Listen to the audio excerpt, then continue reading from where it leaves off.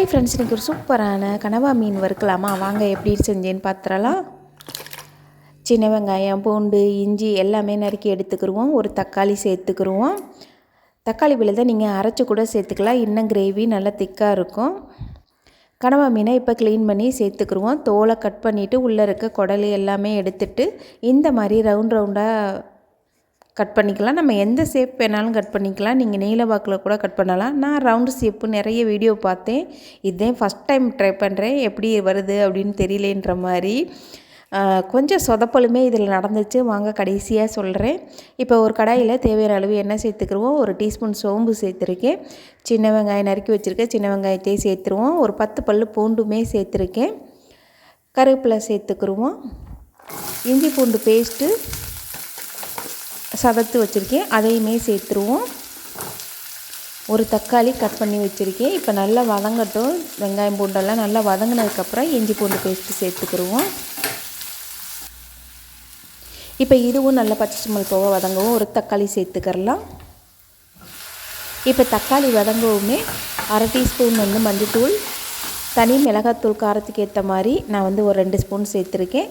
அப்புறம் மல்லித்தூள் 2 spoon, garam masala 1 spoon சேர்த்துக்கிடுவோம். தேவையான அளவு உப்பு சேர்த்து லைட்டாக பச்சை ஸ்மெல் போக வதக்கிக்கிறலாம். இதில் நான் புளி கரைச்சல் சேர்க்க மறந்துட்டேன். ஒரு சொலை புளி கரைச்சல் சேர்த்துக்கங்க. நான் நிறைய வீடியோ பார்த்ததில் புளி கரைச்சல் இல்லை. ஆனால் அந்த டேஸ்ட் என்னமோ எங்களுக்கு பிடிக்கலை. இப்போ இதுவும் நல்லா பச்சை ஸ்மெல் போக வதக்கிட்டு ஒரு அரை டம்ளர் தண்ணி சேர்த்துக்கலாம். ரொம்பவும் தண்ணி சேர்க்க வேண்டாம். இது இறால் மாதிரியே தான் ஒரு 10 நிமிஷம் வேக வச்சிடணும். நான் ஒரு 5 நிமிஷம் சேர்த்து வேக வச்சுட்டே தண்ணி சுண்டட்டும் அப்படின்ட்டு அப்படியே லைட்டாக லப்பர் மாதிரி ஆயிடுச்சு. ஏன்னா இதே ஃபஸ்ட் டைம் நான் செய்கிறேன். எப்படி வேகும், ஒரு சிலர் வீடியோவில் கொஞ்சம் நேரப்பட வேகும்னு சொன்னாங்க, ஒரு சிலர் சீக்கிரமே குக் ஆகும்னு சொன்னாங்க. அதை நம்பி நானுமே ஒரு 5 நிமிஷம்தான் சேர்த்து வேக வச்சுருந்தேன். லைட்டாக லப்பர் மாதிரி வந்துருச்சு. அதனால் சீக்கிரமே எடுத்துடணும். கொஞ்சமாக தண்ணி சேர்த்துக்கலாம். தண்ணி சேர்த்து மூடி போட்டு வேக வச்சுருவோம். எப்பயுமே சீ ஃபுட்லாம் சமைக்கையில் கொஞ்சமாக புளி சேர்க்குறது வழக்கந்தேன். நான் வீடியோ பார்த்துட்டு புளி கரைச்சல் சேர்க்கலை. ஆனால் எங்கள் மாமாவுக்கு அந்த டேஸ்ட்டே பிடிக்கலேன்ட்டாரு. எப்படி இருந்தாலும் ஒரு சொலையாவது புளி சேர்க்கணும்.